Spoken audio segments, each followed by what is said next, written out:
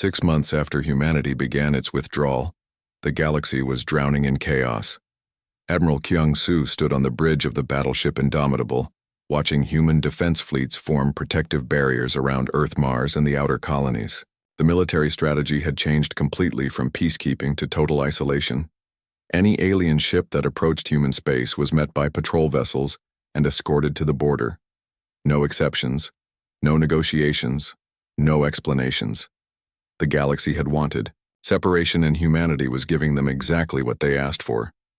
Admiral Kyung-soo felt no joy in turning away former allies, but orders were orders. On the desert world, Aridus the atmosphere was slowly becoming poisonous. The insectoid hive queen, Zert-Ka watched her people struggle to breathe as the human-built air processors continued to fail without maintenance. Her engineers tried desperately to repair the massive machines, but they did not understand the complex human technology queen. Zert-Ka had ruled her hive for over 200 years. She had survived wars, plagues, and natural disasters, but she had never faced anything like this. Her people were suffocating on their own world, and there was nothing she could do about it. Your irony was bitter. Her species had voted to remove the very beings who kept them alive. The Queen sent message after message to human space, begging for technical support. She offered to pay any price to sign any treaty to give humanity anything they wanted in exchange for help, but her communications disappeared into the void without response. Human space had become a black hole that swallowed alien pleas. Dr. Min Jun worked in the medical research facilities on Europa, developing new treatments and technologies, but now all his work focused exclusively on human biology. The diseases ravaging alien populations across the galaxy were no longer his concern. His team had orders to ignore all requests for medical assistance from non-human sources. Plague spreading through reptilian space had mutated into something even deadlier than before. Without human medical intervention, millions of lizard people were dying each day. High Chancellor Vextar himself had caught the disease. His scaled skin was covered in painful sores, and his breathing was labored. Vextar, who had led the vote to expel humanity, now lay dying from a disease that human doctors could easily cure. The treatments existed in human medical databases, but those databases were now sealed away from alien access. The proud reptilian leader who had called humans a disease was being killed by an actual disease. On the crystal world, luminous entire cities had gone completely dark. Elder Crystal Mind wandered through the dead streets of his once glorious capital. The beautiful towers that had glowed with inner light for thousands of years now stood like black monuments to Zephyrian arrogance. The quantum processors that powered Zephyrian civilization had all failed without human-manufactured replacements. Communication networks were down, transportation systems were offline. Even basic lighting and heating had stopped working. Crystal Mind realized his people were facing extinction, not from war or natural disaster, but from their own foolish choices. Engineer So Young worked in the Luna shipyards, converting civilian vessels into long-range exploration ships. These were not ships designed to trade with aliens or explore nearby systems. They were built to travel beyond the galaxy itself to find new homes for humanity among distant stars. President Hai-1 had announced the Great Migration Project during her latest address to the Human Council. If the aliens wanted the galaxy to themselves, humans would leave them to it. The universe was vast and filled with uncounted galaxies waiting to be explored and settled. The shipyards of Mars Titan and the asteroid belt worked around the clock, building colony ships, generation ships, and exploration vessels. Humanity was preparing for the greatest journey in their history, leaving behind the galaxy that had rejected them to build new civilizations among foreign stars. Meanwhile, the Galactic Council chambers had become a place of desperate arguments and accusations. High Chancellor Vextar, when he was still healthy enough to attend meetings, faced rebellion from his own subordinates. The reptilian military was threatening to overthrow him for leading their species into disaster. The crystalline beings could no longer participate in council meetings because their communication systems had failed. The Nebula Collective had begun breaking apart into warring factions as trade disputes erupted without human mediation. The peaceful cooperation that had existed for centuries was collapsing into chaos. Captain Dae-hyun now commanded an exploration fleet heading toward the galactic rim. His mission was to scout new territories beyond known space where humanity could establish colonies free from alien interference. The irony was not lost on him. The aliens who had complained about human expansion were about to see what real expansion looked like. His fleet had discovered 3 star systems perfect for human colonization, rich planets with breathable atmospheres, abundant resources, and no intelligent alien life. These worlds would become the first human settlements in the new galaxy, completely independent from the old one. The Hydronius leader Finn Drake watched his underwater cities slowly crumble. Without human engineering support, the seawalls that protected his people from violent storms were failing. The mining equipment that provided their economic foundation had broken down. The transportation systems that connected different ocean communities were no longer working. Finn Drake had once been proud of his species' independence from surface dwellers. Now he realized how dependent his people had become on human technology and expertise. His beautiful ocean civilization was slowly sinking back into primitive conditions. Engineer Bo-Ra stood in the command center of New Terra, the first completely human-designed world beyond the galactic rim. The planet had been terraformed using advanced human technology that made alien methods look primitive. Floating cities powered by fusion reactors dotted the landscape, while orbital rings provided additional living space. The population of New Terra was growing rapidly as humans from across known space migrated to the new territories. These were not refugees fleeing disaster, but pioneers building something better than what they had left behind. The forced isolation had unleashed human creativity and ambition in ways that centuries of diplomatic restrictions had prevented back. In the old galaxy, the economic collapse had accelerated beyond all predictions. Worlds that had depended on human agricultural techniques were facing mass starvation.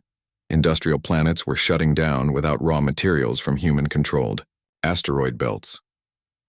Luxury items had disappeared from markets as complex supply chains fell apart. The Mechanical Collective tried to organize emergency meetings to address the crisis, but their communication networks kept failing without human technical support. The floating gas beings of the Nebula Collective could no longer maintain their complex social structures as the technology that enabled their civilization broke down. Young Mai, now serving as senior intelligence analyst for the Human Foreign Ministry, compiled reports showing the complete breakdown of galactic civilization. Every major alien species was facing existential threats: power grids failing, food supplies running out, medical systems collapsing, transportation networks breaking down. She felt a grim satisfaction reading the reports. The aliens had thought they were getting rid of a problem. Instead, they had destroyed the foundation of their own prosperity. They had learned too late that human contributions to galactic civilization were not optional extras but essential infrastructure. The galaxy that had celebrated humanity's expulsion was now discovering what life looked like without human innovation, human expertise, and human cooperation. It was a life of darkness, disease, and despair. And the worst part was that it was entirely self-inflicted. 2 years after leaving the galactic table, humanity had not only survived, but become something the aliens could never have imagined. Chancellor Min-ho stood in the observation deck of New Terra Prime, watching as massive colony ships prepared for their journey to the 7th galaxy discovered by human explorers. The ships were beautiful beyond anything the old galactic civilization had ever built. They stretched for miles through space, powered by fusion cores that could burn for thousands of years. Each vessel carried 1 million humans along with everything needed to build new worlds from scratch. The technology was so advanced it seemed like magic. Engineer Bo-Ra worked in the command center of the terraforming station above New Eden, watching as atmospheric processors transformed a dead rock into a living world.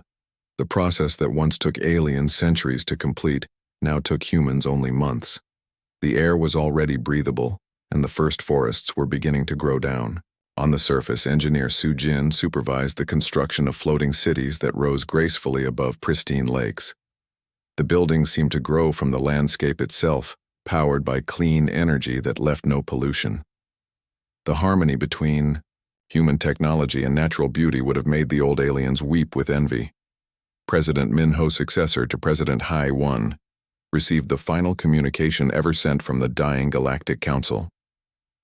It was not a plea this time, but a confession, written by the few surviving alien leaders who still had working communication equipment. We understand now. The message read, "Humanity was never the problem. We were. We let fear and jealousy poison our hearts against the best thing that ever happened to our galaxy. We chose destruction over cooperation.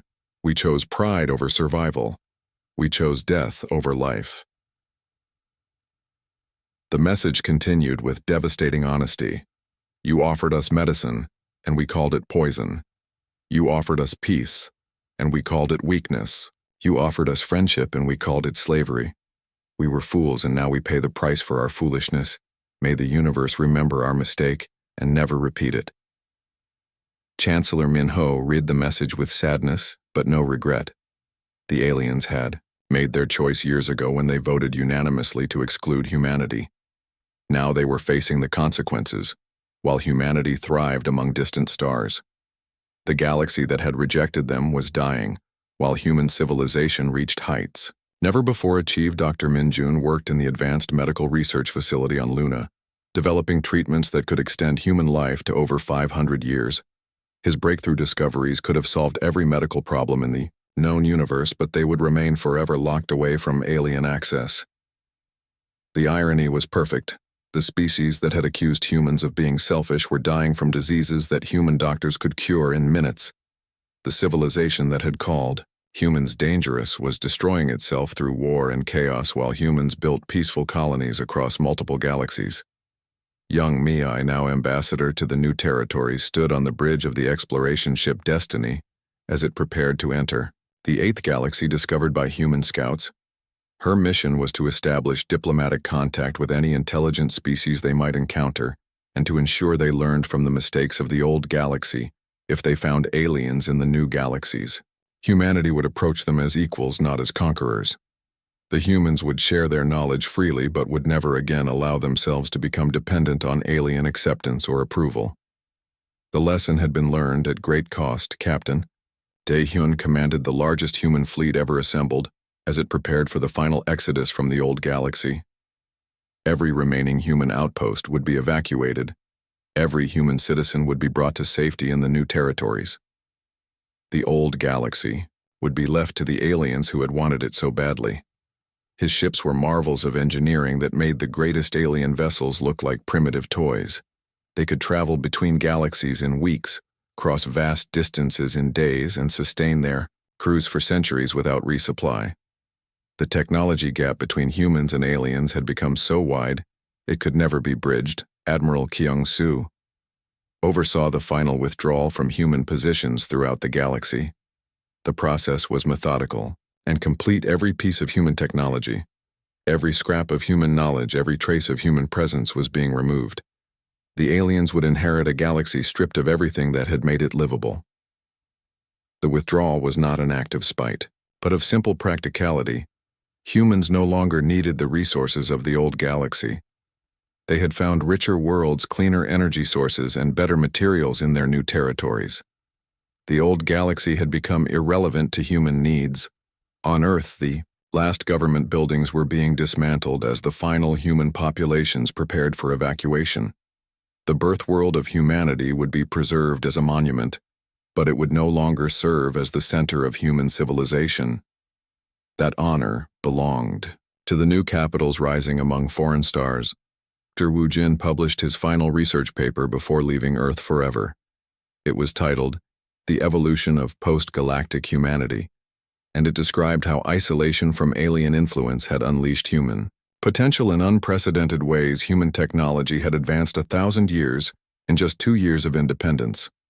The paper would be transmitted throughout human space but blocked from reaching the old galaxy. The aliens would never learn how much they had lost by forcing humanity to leave. They would die in ignorance of the wonders their prejudice had prevented them from sharing. Chancellor Min-ho prepared for his final address to the old galaxy. It would be broadcast on all frequencies, ensuring that any surviving aliens would hear humanity's farewell message. He stood before the cameras knowing that his words would mark the end of one era and the beginning of another. People of the former galactic community. He began, "We thank you for the lesson you taught us. When you forced us to leave your table, you showed us that we never needed that table at all. We have built our own tables now in galaxies far from your reach, and they are more beautiful than anything you could imagine." The message continued with calm dignity. "You offered us exclusion and we accepted it gratefully. You wanted us gone, and we have honored your wishes. You feared our expansion, and now you will see what real expansion looks like as we spread across the infinite universe, leaving you far behind. We do not hate you for what you did. We pity you. You had the chance to join the greatest adventure in cosmic history, and you chose instead to cling to your small fears and petty jealousies. You could have been our partners in building a better universe. Instead, you will remain prisoners in your dying galaxy."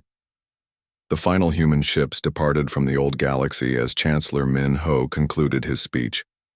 The message was transmitted across all alien worlds where the few survivors huddled in the ruins of their once great civilizations. They watched through failing equipment as human vessels disappeared beyond the galactic rim in the darkness of their crumbling cities. The aliens finally understood what they had lost. It was not just human technology or human knowledge, it was hope itself. They had voted out the one species that could have led them to the stars, and in doing so had condemned themselves to extinction. The galaxy that had celebrated humanity's expulsion now watched in terror as humanity left forever. But the humans were no longer watching back. They had found new homes, new purposes, and new destinies among the endless stars. The table they had been forced to leave was forgotten, as they built better tables in better places. The universe was vast and filled with infinite possibilities. Humanity had learned this lesson when aliens forced them to look beyond the narrow confines of galactic politics. Now they soared between galaxies, like gods building civilizations that would endure until the end of time. And in the dark, silent ruins of the old galaxy, the last aliens whispered stories of the humans who had once lived among them, the species that had offered everything and asked for nothing in return. The beings who had been cast out for being too generous, too helpful, too good. The galaxy had made its choice and humanity had made theirs. The stars themselves would remember which choice led to glory and which led to dust. The massive space station hung in the darkness between three dying stars. Its silver walls stretched for miles in every direction, like a giant metal city floating in space.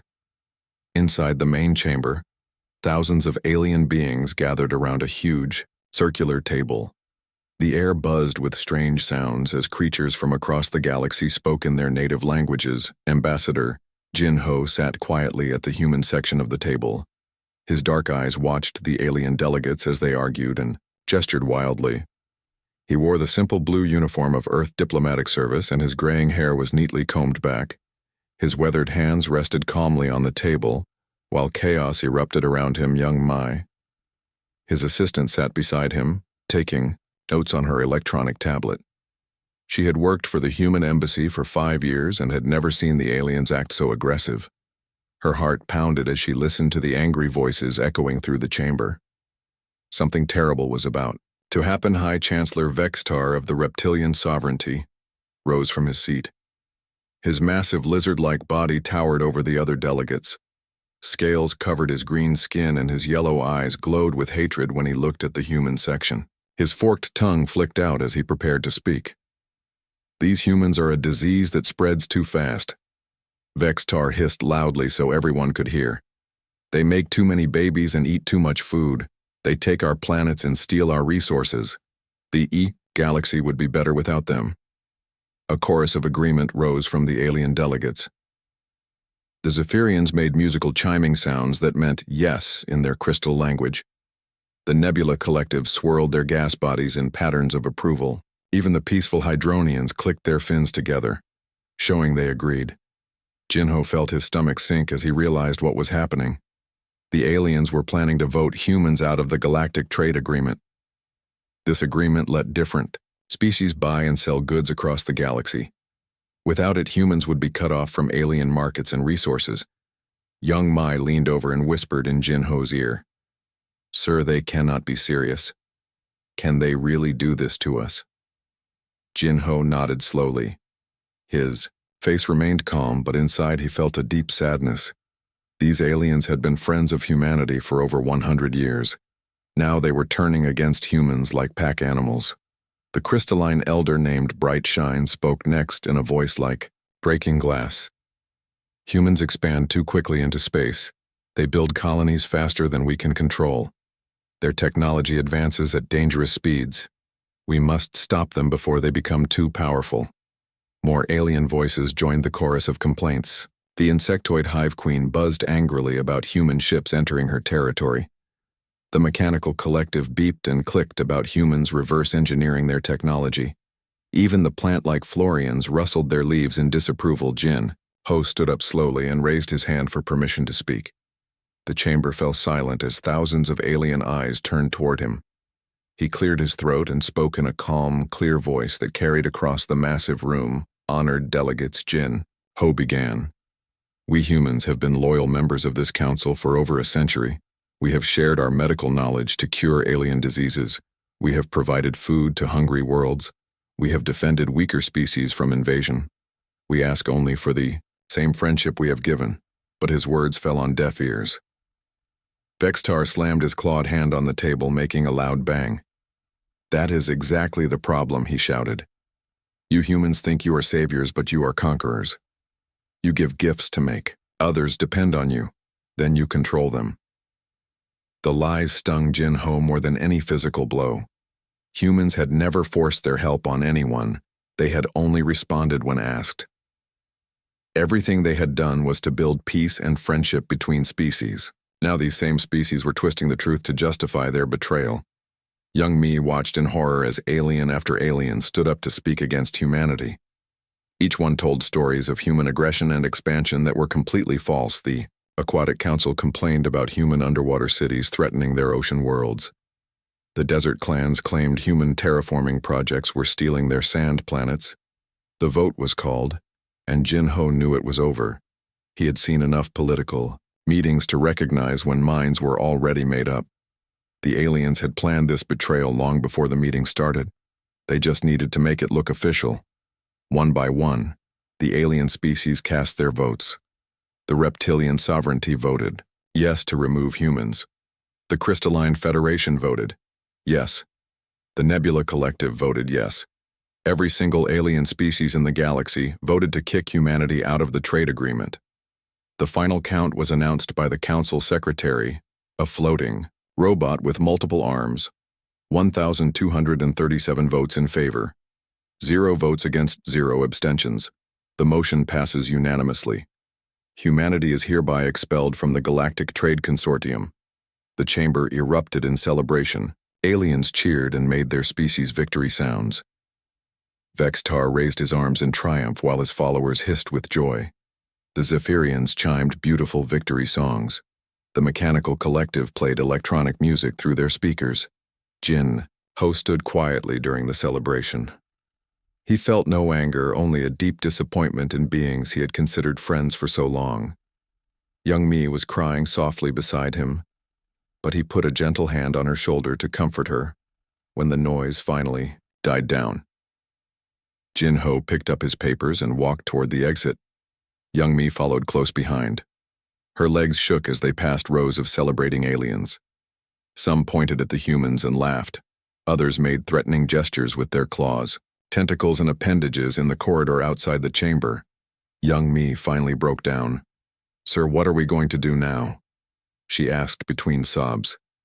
"How can they do this to us after everything we have done for them?" Jin Ho stopped walking and turned. To face her, his eyes were sad but also determined. "We do what humans have always done when others reject us," he said quietly. "We survive. We adapt. We become stronger. And we show them exactly what they have lost by pushing us away." The message was sent. To Earth within hours, President Hae-won called an emergency meeting of all human leaders. Admiral Kyung-soo began reviewing military plans that had been stored away for peaceful times. On Mars and the outer colonies, human workers looked up at the stars with new determination. The galaxy had made its choice. Now humanity would make theirs. And the aliens who celebrated that day would soon learn that they had made the biggest mistake in galactic history. 3 months had passed since the Galactic Council voted to remove humanity from the trade agreement. The galaxy was about to learn what it meant to lose human cooperation. Captain Dae-hyun stood on the bridge of his massive cargo ship watching the final human supply run to the Waterworld Aquatica Prime. His crew worked quickly to unload the last shipment of deep-sea mining equipment. The blue-skinned Hydronians who lived in the oceans below had no idea this would be their final delivery. Captain Dae-hyun had been bringing supplies to their world for 15 years. He knew every Hydronius trader by name and considered many of them friends. But friendship was a two-way street, and the Hydronians had voted with everyone else to kick humanity out. Now they would face the consequences of their choice. Dae-hyun watched his crew seal the cargo bay doors for the last time. The next supply run would never come. Down in the ocean cities, the Hydronius leader, Finn Drake, was already starting to worry. Human cargo ships had been delivering rare metals and equipment to his people for over 50 years. Without these deliveries, the Hydronius economy would collapse. Their entire civilization depended on trading deep-sea minerals to other worlds. Finn Drake sent message after message to human space, asking when the next shipment would arrive. The only response he got was an automated reply directing him to contact the Galactic Trade Consortium for alternative shipping. The message was cold and official, with no hint of the friendship that had existed before. Meanwhile, in the asteroid belt between Mars and Jupiter, Engineer Bo Ra was overseeing the shutdown of the largest mining operation in known space. Her team worked day and night dismantling equipment and packing it onto human ships. The massive space stations that had supplied rare metals to alien worlds for over a century were being abandoned. Bo Ra felt a mix of sadness and satisfaction as she watched the final mining robots being loaded onto transport ships. She had spent her entire career building relationships with alien buyers. Now those same aliens would have to find their own sources of rare materials. Good luck with that, she thought grimly. The crystalline beings called Zephyrians were the first to panic. Their entire civilization ran on quantum processors that only humans knew how to make. These tiny computer chips controlled everything from their power grids to their communication networks. Without them, Zephyrian society would crumble.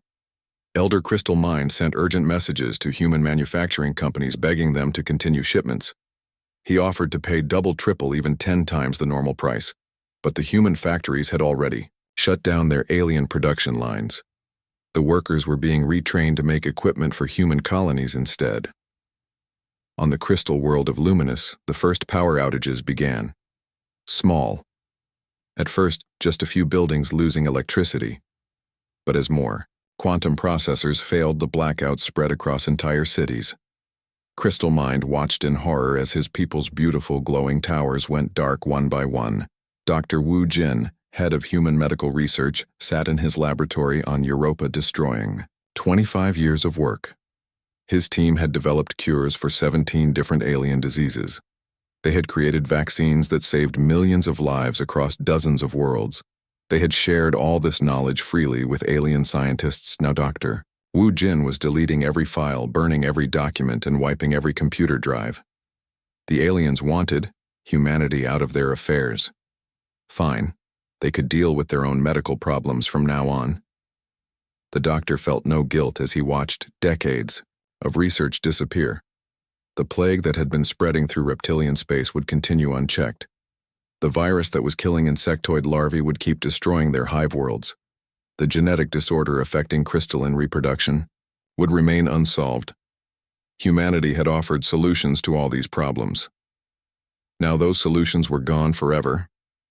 Agricultural colonies across the galaxy began reporting crop failures. Human farming techniques had revolutionized food production. On hundreds of worlds, the vertical growing systems, the soil enhancement formulas, the weather control methods, all of it had come from human scientists. Engineer Su Jin was in charge of shutting down human agricultural operations. She felt sick watching alien farmers struggle with their failing crops, but they had made their choice when they voted against humanity. Now they would have to learn the hard way how much they had depended on human knowledge. The desert world, Aridus, faced the worst crisis. The atmosphere processors that kept the air breathable for its inhabitants were all human-built. These massive machines required constant maintenance and regular replacement parts. Without human technicians, the processors would eventually fail. The insectoid hive queen, ZKKA, sent desperate messages to human technical support, but the human engineers had already left the planet. The instruction manuals were written in human languages that few aliens could read. The replacement parts were only manufactured in human space. Admiral Kyung-soo stood in the command center of Luna Base, watching as human fleets withdrew from every corner of the galaxy. His ships were not retreating. They were consolidating. Every human vessel, every space station, every outpost was being brought back to human-controlled space. The Admiral had spent 40 years keeping peace between different species. His fleets had stopped 3 major wars and countless smaller conflicts. Human peacekeeping forces had been the backbone of galactic stability. Now that backbone was being removed, without human mediation, old conflicts began flaring up again. The reptilian sovereignty started threatening its neighbors. The mechanical collective resumed its expansion into organic space. The fragile peace that had lasted for decades was crumbling as quickly as it had been built. President Hae-won addressed the Human Council from her office on Earth. "The withdrawal is proceeding faster than expected," she announced. "Our people are coming home from every corner of the galaxy. They bring with them all the knowledge, all the technology, and all the expertise that made galactic civilization possible. The aliens thought they were getting rid of a problem, but they were actually destroying their own future. Every human scientist, every human engineer, every human teacher who had worked to improve alien lives was now focusing only on human advancement." On Mars, the shipyards worked around the clock building new vessels. These were not cargo ships or research vessels. They were exploration ships designed to travel beyond the galaxy to find new worlds for humanity. The aliens could keep their old galaxy. Humans would build new ones. The economic collapse spread faster than anyone had expected. Trade routes that had existed for centuries simply vanished overnight. Alien merchants found themselves stranded with cargo they could not deliver to markets they could no longer reach. The Galactic Trade Consortium tried to organize alternative shipping, but they had no experience running such complex operations. Human logistics companies had handled the difficult work for so long that aliens had forgotten how to do it themselves. Supply shortages appeared. Everywhere, alien worlds that had imported food faced starvation. Industrial planets ran out of raw materials. Luxury goods disappeared from markets as the complex web of galactic commerce fell apart. Young MI, now working directly for the Human Foreign Ministry, compiled reports from across the galaxy. The news was the same everywhere. Alien civilizations were struggling to maintain the living standards that human cooperation had made possible. She felt no satisfaction reading about alien suffering, but she also felt no sympathy. They had chosen to exclude humanity from their community. Now they were learning what that exclusion really meant, not just for humans, but for everyone. The galaxy was beginning to understand that they had not voted out a competitor. They had voted out the foundation that held their entire civilization together, and that foundation was never coming back. 1 year after the Great Withdrawal, the Galactic Council was dying. Ambassador Jin Ho sat in his office on Earth reading the first official message from alien space in 12 months.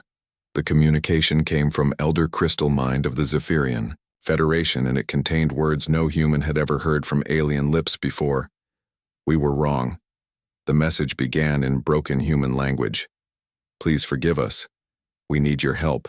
Our people are dying. Our worlds are dark. Our civilization is ending. We beg you to return to the galactic community. We will give you anything you ask for."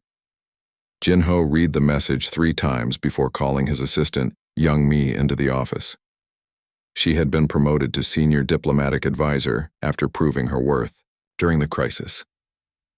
When she saw the alien message, her eyes widened with surprise and something that might have been satisfaction. "Sir, they are actually begging us," she said softly. "After everything they said about us, after voting us out unanimously, they are crawling back asking for help."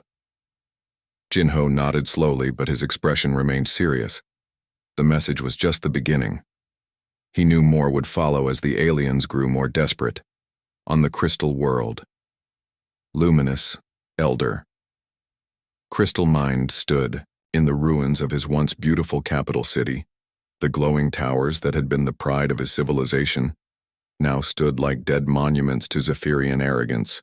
Without quantum processors to power them, the crystal structures had lost their inner light and begun to crack. His people were dying in the darkness. The young ones who had never known life without human technology were especially vulnerable. They could not adapt to the primitive conditions that their ancestors had endured. Crystal Mind realized that in accepting human help, his species had evolved beyond their ability to survive alone. The plague ravaging reptilian space had killed half the population. High Chancellor Vextar was dead, along with most of his government. The remaining reptilian leaders sent desperate messages to human space offering complete surrender in exchange for medical assistance. They would accept human rule over their entire empire if it meant saving their species. Dr. Min Jun received dozens of alien medical requests each day, but his orders were clear: no assistance to non-human patients. The diseases killing aliens across the galaxy were preventable, treatable, even curable with human medicine. But that medicine would stay locked away. In human laboratories, the irony was sharp. These same aliens had once accused humans of being too aggressive, too expansionist, too dangerous. Now they were begging for the very human intervention they had tried to prevent. The galaxy that had wanted humanity gone now needed humanity more than ever. Captain Daehyun commanded the exploration fleet that had discovered 5 new galaxies suitable for human colonization. His ships carried the most advanced technology ever built by human science. Technology that made the old galactic civilization look like Stone Age primitives. The new human territories stretched across multiple galaxies, each one completely independent from alien influence. Human colonies thrived on thousands of worlds while the old galaxy continued its slide into darkness. The contrast could not have been more dramatic. Engineer So Young worked in the orbital shipyards above New Terra, building vessels that would carry humanity even further into unexplored space. The Great Migration was accelerating as more humans chose to leave the old galaxy behind forever. Why stay in a neighborhood that had rejected them when the universe offered unlimited possibilities? President Hae 1 received the second official alien communication, this one from the Hydronius Confederation. Finn Drake, the leader who had once voted to expel humanity, now offered to make his entire species servants of the human empire, if it meant receiving technical support to save their drowning cities. The offers kept coming. Each alien species tried to outbid the others in their desperation. The Mechanical Collective offered to share all their advanced robotics technology. The Nebula Collective promised to give humans complete control over their gas mining operations. The Insectoid Hive offered to become a human protectorate. But the most shocking offer came from what remained of the reptilian sovereignty. The surviving leaders offered to make humanity the ruling species of the entire galaxy. Every alien civilization would bow to human authority if humans would just return and restore the civilization. They had built. Young Mi compiled intelligence reports showing the complete collapse of galactic order. Without human peacekeeping forces, old conflicts had erupted into full-scale wars. The Crystalline Federation was fighting the desert clans over water rights. The Aquatic Council had declared war on the mountain tribes over territorial disputes. Entire star systems had gone dark as infrastructure failures cascaded across the galaxy. Trade had stopped completely, leaving some worlds cut off from food and medicine. The beautiful space stations that had been symbols of galactic cooperation were now cold, dead hulks drifting through space. Admiral Kyung-soo reviewed the military situation from his command post on Luna. Human forces had grown stronger during their isolation, while alien militaries had crumbled without human technical support.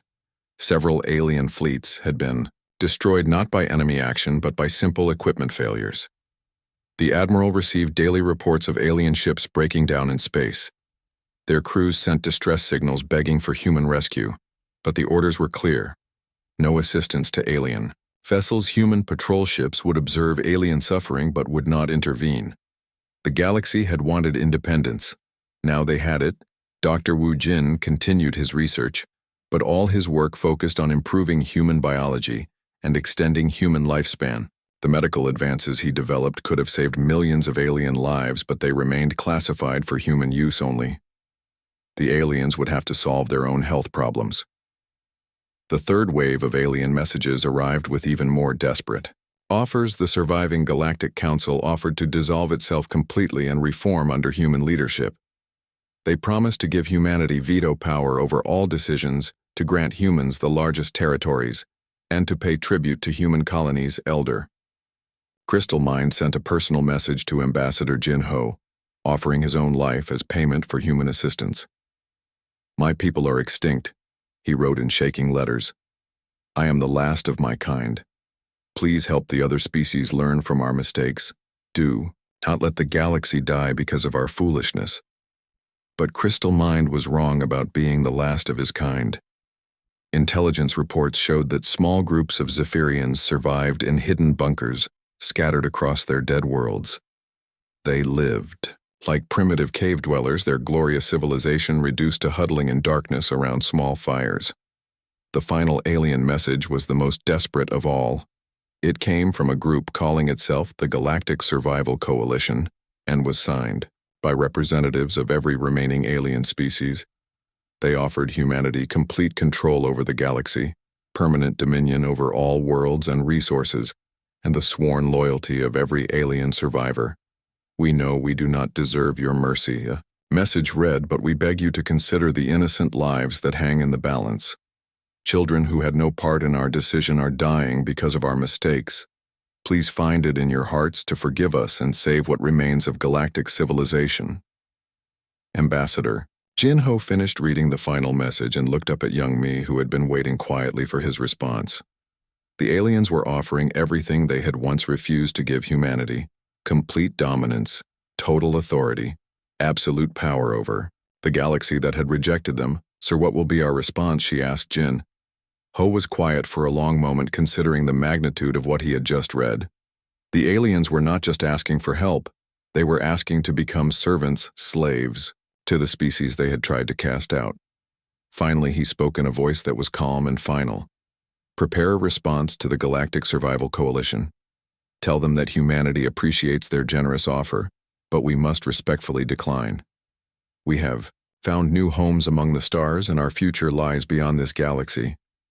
Young Mi nodded, understanding the deeper meaning of his words. Humanity had moved beyond the need for alien acceptance or approval. They had built something better than what they had lost. The galaxy that had rejected them was no longer worthy of their return.